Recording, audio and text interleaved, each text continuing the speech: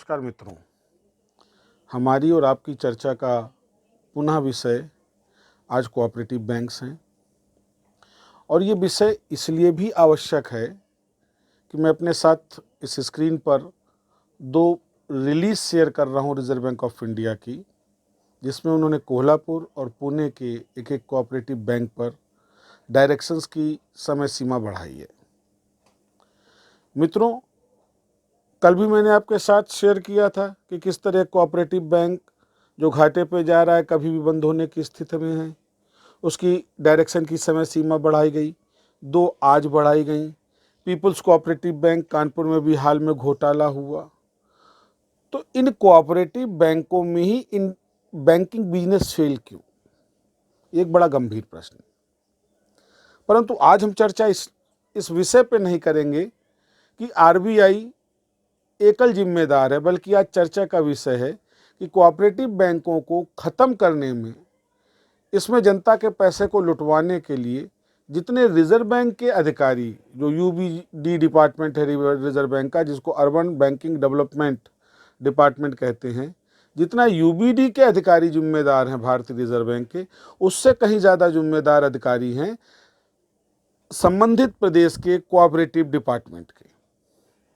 मित्रों, मैंने आपसे पहले बताया है जैसे कि पहले एक संस्था सहकारी संस्था के रूप में पंजीकृत होती है, जिसको रजिस्ट्रार ऑफ कोऑपरेटिव संबंधित प्रदेश का रजिस्टर्ड करता है।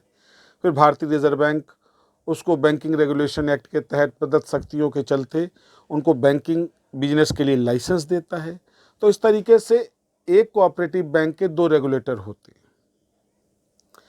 जब कहीं भी इस तरीके की स्थिति उत्पन्न होती है तो उसमें ये दोनों ही रेगुलेटर बैंक मैनेजमेंट से ओबलाइज होकर के और बैंक मैनेजमेंट को छोड़ते हुए क्या करते, वो तुरंत उपभोक्ता को उसके पैसे निकालने से रोकते हैं। डायरेक्शन के नाम पे भारतीय रिजर्व बैंक तुरंत कहता है कि आप अंशधारकों को उनका लाभांश देना बंद करें, परंतु मैनेजमेंट पे कार्रवाई नहीं करता। क्यों? क्योंकि मैनेजमेंट जो पार्ट है वो रेगुलेटरी अथॉरिटी दूसरी जो है, जिसको कि कोऑपरेटिव डिपार्टमेंट कहते हैं, उसका होता है। अब जब बैंकिंग बिजनेस करते हुए घाटे में जाता है तो कोऑपरेटिव का कहना कि साहब बैंकिंग बिजनेस है, इसलिए इसका जिम्मेदार आरबीआई है। इस तरह दोनों अपनी जिम्मेदारियों को एक दूसरे पे डालते हैं और इस बीच में मैनेजमेंट को इतना टाइम देते हैं कि मैनेजमेंट सुकून से आम आदमी का पैसा गबन करके, घोटाला करके, मार करके और अंततः बंद हो जाता है। पंजाब महाराष्ट्र कोऑपरेटिव बैंक की स्थिति क्या थी? को बृहद घोटाला एट ए टाइम इतना बड़ा एक्सपोज हुआ कि वो एक नेशनल इशू बना, जिस पर वित्त मंत्री को बयान देने के लिए आना पड़ा। परंतु ये छोटी छोटी कोऑपरेटिव बैंक्स हैं, 400, 500, 1000 करोड़ की। कुछ तो बैंकें ऐसी हैं जिनका कुल बिजनेस 100 करोड़ का है।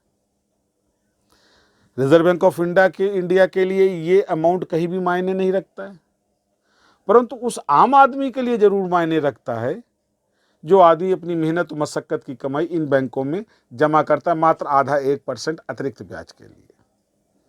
साथियों, जिस तरह भारतीय रिजर्व बैंक के अधिकारी आम आदमी का पैसा लुटवा रहे हैं इन कोऑपरेटिव बैंकों के माध्यम से, उससे कहीं ज्यादा जिम्मेदार प्रदेश के कोऑपरेटिव डिपार्टमेंट के अधिकारी हैं।